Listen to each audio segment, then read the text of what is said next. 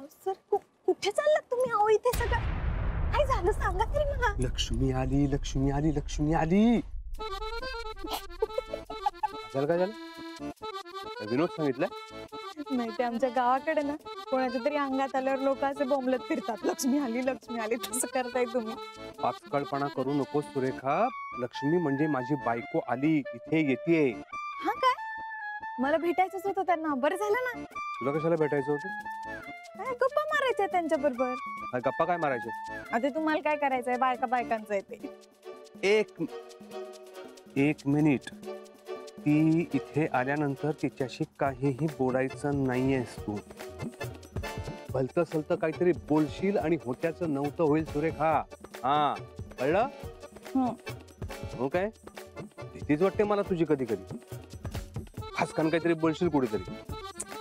काय तुम्ही आतापर्यंत सांगितलं का कधी कुठे काही? हा ठीक आहे लगेच अगदी रुसायची गरज नाहीये. अगं सुरेखा ऐक, हे बघ तसं नाही. काय होतं, तुझा स्वभाव थोडासा हे आहे ना, म्हणजे भोळा भाबडा असा. कुठे काही बोलायचं तुला पोच म्हणजे